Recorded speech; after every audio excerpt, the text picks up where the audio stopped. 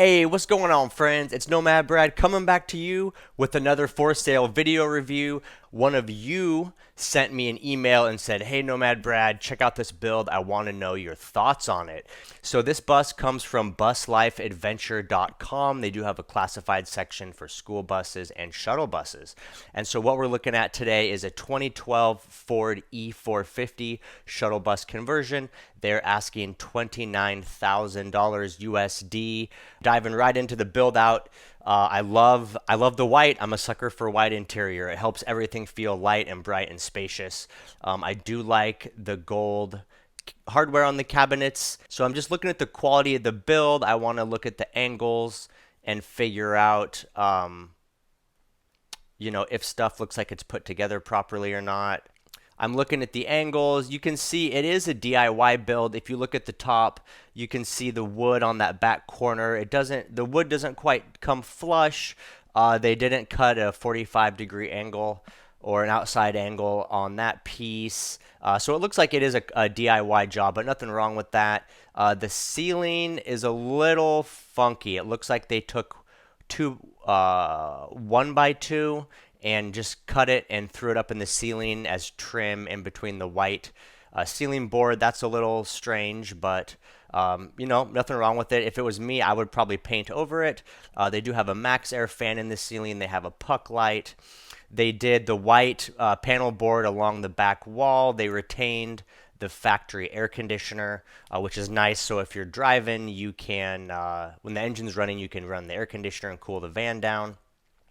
My favorite spot for the bed is to be right in the back like that because you have windows on all sides of you. And when you wake up and you're out in the forest or somewhere beautiful, you just get this awesome panoramic view of all the beauty. So I absolutely love having all exposed windows in the back like that. So that looks great. They did a nice sink, a butcher block countertop, which is pretty standard at this point. The sink station, cabinets, and drawers look pretty good. The flooring looks pretty good. I can see they put a gas strut hinge on this door or on this window right behind the kitchen sink. So it looks like if you unlatch that window and push it, it probably pops open. And so that's kind of a cool feature. I can see they do have curtains up along the top, so that'll give you a little bit of privacy. This looks like the fridge down here. That's a pretty small fridge. Just personally, I would want something larger than that. I think that's small. So if I were going to buy this, I would look at maybe removing this upper cabinet and installing a larger fridge. The fridge I have in my box truck is twice that big, and it's a pretty good size. Let's see what we got here. We got a nice big bench, kind of hangout bench area with probably some storage underneath. And then you can see as well up here, they also added, so this is what the window looks like with that gas strut on the side. So that's pretty cool that the window just kind of leans open on its own. I like that a lot. It looks like they have probably a cabinet here to hang your clothes. They got a little potted plant there. That's kind of cool. I like the plants inside the bus conversion. Here's another look with the side doors open, and so you can see the bed up there. I'm not sure what size bed that is. Probably a full-size mattress, but it looks like it could definitely sleep two. They did a pretty standard, like a 2x2 bed frame. Nothing wrong with that. You can see the paneling on this door is all messed up. You can see how there's a huge, it looks like it's been water damaged here. That's all bent and distorted. And the same with down here. That's all bent and distorted. So my question would be, is this thing leaking? Is it getting water inside? Why is it all bent like that? So that's something to think about. These shuttle buses do have a tendency to leak. Again, they're just not designed to be super watertight, like say a passenger van would be. So something to think about. Looks like they have a secondary refrigerator. I think that's a fridge. Yeah, secondary refrigerator under the bed here, probably because that other fridge isn't really that large. Here's the roof. Beautiful shot of Arizona. They got 400 watts of solar on the roof. They have an awning. Looks like everything is sealed. Definitely a DIY job. They got super messy with the decor, but as long as it's sealed, that's really what matters. They have a pair of 4-into-1 branch connectors for their solar. So that should be fine as long as the cable gauge is proper, and that does look like pretty large gauge wire. So the solar panels look like they're probably okay. Here's another shot of the exterior. So this is pretty cool. Here's the workstation. This reminds me of the last shuttle bus that I built. I had the workstation right in front of the big window. And let me tell you, there's nothing more awesome than sitting down right at the beach, right at the mountain, and looking out your window while you're on your computer and just seeing a beautiful landscape. So I'm a huge fan. Okay, cool. So here's that bench we were looking at earlier. So it looks like what they've actually done is this little desk piece folds up, and then you can slide the bench in and you have a bench seat. Or if you slide this bench out, then you have a huge workstation, which is pretty cool. I've actually never seen a bench like that in a conversion vehicle. Never. That's like a first for me. So that's pretty cool. I like the bench. Here's another shot of the workspace. Here you have some solar controller stuff. You have your inverter power, your max fan remote. You have a couple battery monitors, and then some kind of an on-off switch. Again, this is kind of just DIY, a little unfinished the way they just did that, but nothing wrong with it. It's definitely not wrong, but it's a little weird. And this almost looks to me like drywall. I hope it's not drywall. It definitely should not be drywall. Hopefully I think it's just panel board. I'm thinking it's panel board. It definitely should not be drywall. Okay. What do we got? Another shot at the sink station. Here's the little fridge. A little bit of storage above.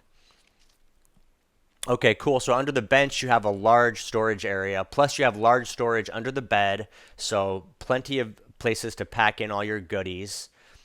Here's a spot from the bed looking forward. Again, looks pretty nice, pretty roomy. Okay, they have curtains that pull across the bed. So that's nice if you're, or no, that's the front actually. Those are curtains that pull across the cab. So that kind of separates out the living space. And then you can see they have curtains up here on the side window. So that kind of makes it nice and separate. Full-size closet, I think that's a must-have in a vehicle this big. You should have a closet in it. So that's very nice. Here's the entryway. They did put vinyl flooring down and they trimmed it. Looks pretty nicely. They got a couple coat hooks up here, which is cool.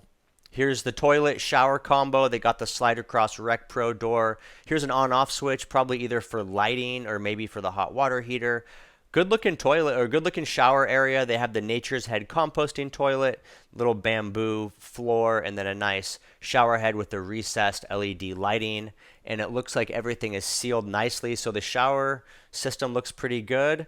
Here's a storage compartment at either the head or the foot of the bed. Very nice. Another shot of the bench in bench mode rather than work desk station. I think that's really cool. Cool for having company over and sitting down. And then there's additional storage up front there. So tons of storage in this rig. I really like it.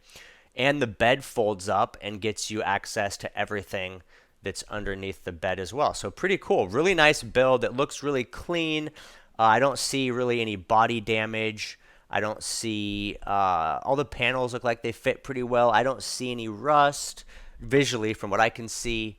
I don't see any crazy damage on the roof. So this looks like a really clean bus overall.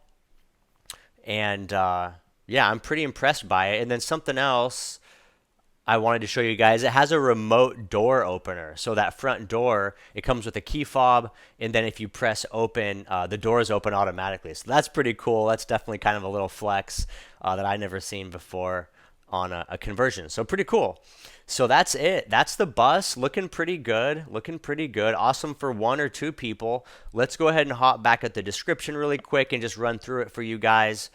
So this is a 2012 bus. They mentioned the engine and transmission was replaced in 2018 by the municipality that owned and maintained their fleet.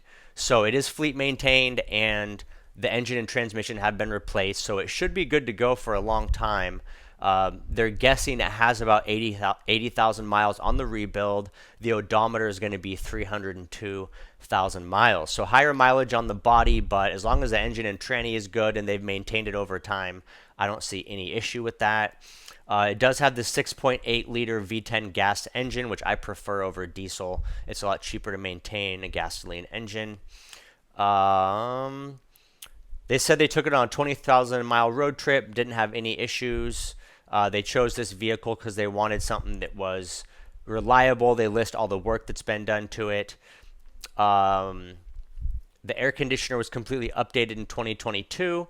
So the air conditioning is working well. Tons of storage. We know about all that. Workspace, eating space, kitchen, bathroom. Now, one thing that's interesting, there's no photographs of the electrical. I'm not sure why, but they list 200 amp hours of AGM battery, 400 watts of solar panels, 2000 watt inverter, and a 40 amp DC to DC charger. So the only thing I would do if this was me is I would swap out that 200 amp hour AGM battery for 200 amp hour lithium. By going to lithium, you will double your battery capacity. The footprint is the same, so the battery should be an easy change out. And a 200 amp hour lithium battery is only about 500 bucks. So not that much money to double your battery capacity. That's definitely an upgrade I would do. But I like 400 watts of solar, and I like the DC to DC charger. That means whenever you're running the engine, it will be charging your battery. So definitely a really nice full-featured rig. It's located in Georgia. I'm going to come up to the top.